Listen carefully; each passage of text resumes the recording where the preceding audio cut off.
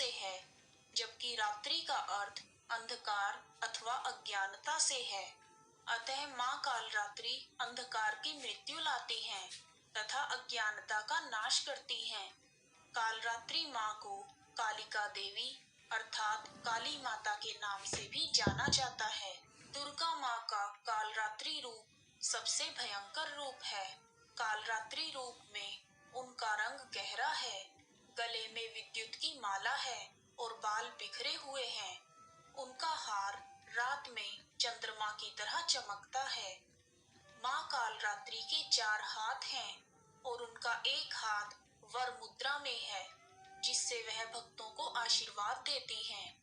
दूसरा हाथ अभय मुद्रा में है, जिससे वह सबकी रक्षा करती हैं। तीसरे हाथ में उन्होंने वज्र पकड़ा हुआ है तथा चौथे हाथ में नुकीला कांटा है। उनकी 3 आंखें हैं और जब वह सांस लेती हैं तो उनकी नाक से लपटें निकलती हैं। कालरात्रि माँ की सवारी गधा है। माँ कालरात्रि को शुभांकरी देवी भी कहा जाता है, क्योंकि वह अपने भक्तों को शुभ फल प्रदान करती हैं। कालरात्रि माँ बहुत ही दयालु हैं। वह अपने भक्तों की समस्त मनोकामनाओं को पूर्ण करती हैं। जिस व्यक्ति का अपने क्रोध पर वश ना हो, वह माँ कालरात्रि की पूजा करके अपने क्रोध पर विजय प्राप्त कर सकते हैं। नवरात्रि का 7वां दिन तांत्रिक साधना करने वाले व्यक्तियों के लिए बहुत महत्वपूर्ण होता है। इस दिन तंत्र साधना करने वाले साधक आधी रात में देवी की तांत्रिक विधि से पूजा करते हैं। इस दिन माँ की आंखें खुलती हैं। कुंडलिनी जागरण के लिए जो साधक साधना में लगे होते हैं, वह महासप्तमी के दिन सहस्त्रसार चक्र का भेदन करते हैं। सहस्त्रसार चक्र सिर के शिखर पर स्थित होता है।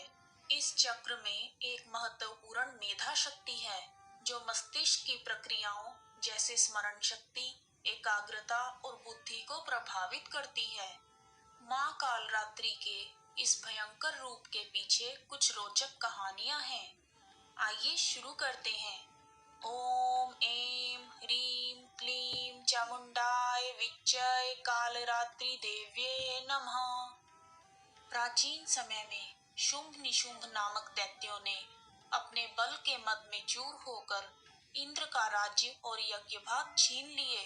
इस तरह से अधिकार छीने हुए तथा दैत्यों द्वारा अपमानित करके निकाले हुए देवता अपराजिता देवी का स्मरण करने लगे कि देवी ने हमें वरदान दिया था कि मैं संपूर्ण विपत्तियों को नष्ट करके तुम्हारी रक्षा करूंगी। ऐसा विचार कर सब देवता हिमालय पर्वत पर चले गए और देवी भगवती की स्तुति करने लगे। जब देवता स्तुति कर रहे थे तो उसी समय पार्वती माँ गंगा में स्नान करने के लिए आई।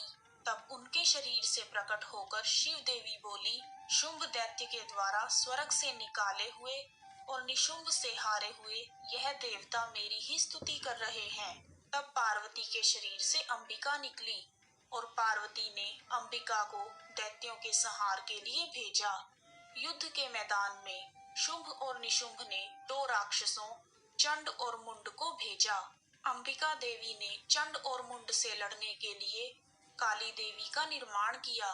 तब काली माता ने चंड और मुंड दोनों राक्षसों को मार दिया और इस तरह उन्हें चामुंडा के रूप में जाना जाने लगा। चंड और मुंड के संहार के बाद शुंभ और निशुंभ ने रक्तबीज को भेजा।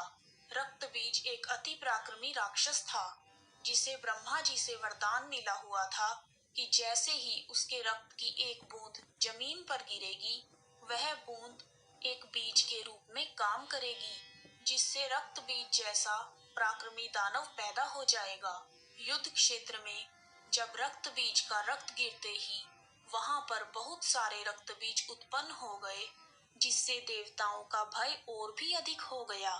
देवताओं को अत्यंत भयभीत देखकर चंडिका ने काली से कहा, हे चामुंडे, अपने मुख को बड़ा करो और रक्त बिंदुओं से उत्पन्न हुए महाअसुरों को तुम अपने मुख में भक्षण करो। इस प्रकार रक्त बिंदुओं द्वारा उत्पन्न हुए महादैत्यों का भक्षण करती हुई तुम रणभूमि में विचरण करो। इस प्रकार रक्त क्षीण होने से यह दैत्य नष्ट हो जाएगा। तुम्हारे भक्षण के कारण अन्य दैत्य प्रकट नहीं होंगे।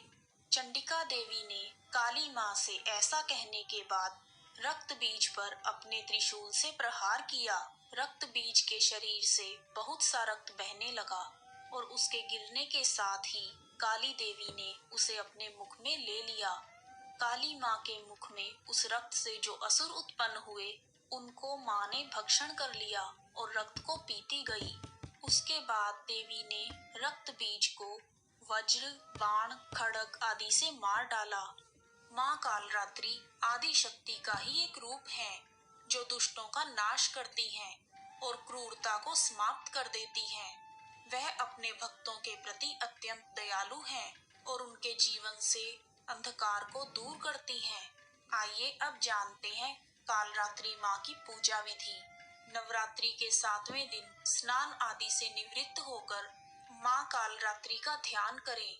उसके पश्चात माता को पूरी श्रद्धा के साथ अक्षत, धूप, गंध, पुष्प और गुड़ का नैवेद्य चढ़ाएं। माँ कालरात्रि को रात की रानी का पुष्प अत्यंत प्रिय है। यदि संभव हो तो माँ को रात की रानी का पुष्प अर्पित करें।